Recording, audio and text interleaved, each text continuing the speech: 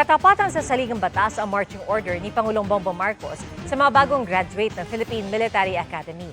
Sa gitna po ito ng panawagan ng suporta ng alumni ng PMA nang mista nilang si Senator Ronald Bato de la Rosa. Nakatutok si Jonathan Andal. Sila ang mga bagong opisyal ng militar. May ranggo ng second lieutenant ang mahigit 200 kadete ng Philippine Military Academy, Talang Dangal Class of 2026 na nagtapos ngayong araw sa Baguio City. Ang unang tagubilin sa kanila ng Commander-in-Chief na si Pangulong Bongbong Marcos. Remember that your loyalty is not to any political interest, not to any individual, nor any passing ideology. Your loyalty must always remain with the Constitution of the Republic of the Philippines. Sa gitna ito ng kontrobersya kay Senator Bato de la Rosa, produkto ng Sinagtala Class of 1986 na nanawagan ng suporta sa mga kapwa alumni sa harap ng ICC arrest warrant laban sa kanya. Sana natitira pa rin sa bawat puso ng isang PMA graduate yung courage, integrity, and loyalty. I am soliciting their support. Umalis sa Senado si De La Rosa matapos ang putukan noong Miyerkules. Never lie, never cheat, never steal, and never tolerate those who do. Because silence in the face of wrongdoing is a betrayal of your values, a betrayal of your country, and a betrayal of the very principles that you have sworn to defend. Sumang-ayon ang class valedictorian na si Christine K. Librada ng Batangas.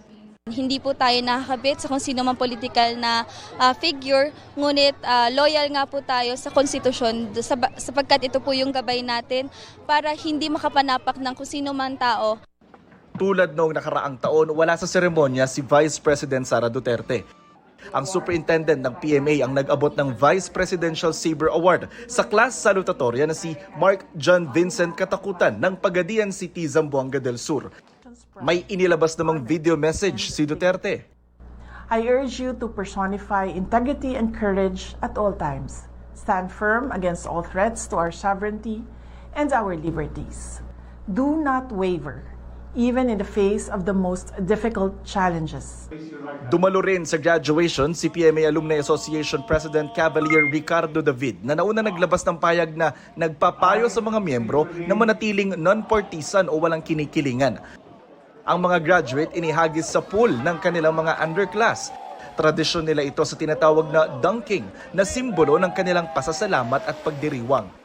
Sabi ng PMA, may tuturing na unang teki na batch ang Talang Dangal class dahil sinanay sila sa modern warfare gaya ng AI o Artificial Intelligence, Python programming, data analytics, unmanned systems at electronic warfare. Sa pagtatapos ng graduation rites, inawit ng mga kadete ang PMA hymn na kamakailan lang ay sumikat ng awitin ni De La Rosa sa live TV habang nangihingi ng suporta sa mga PMA alumni.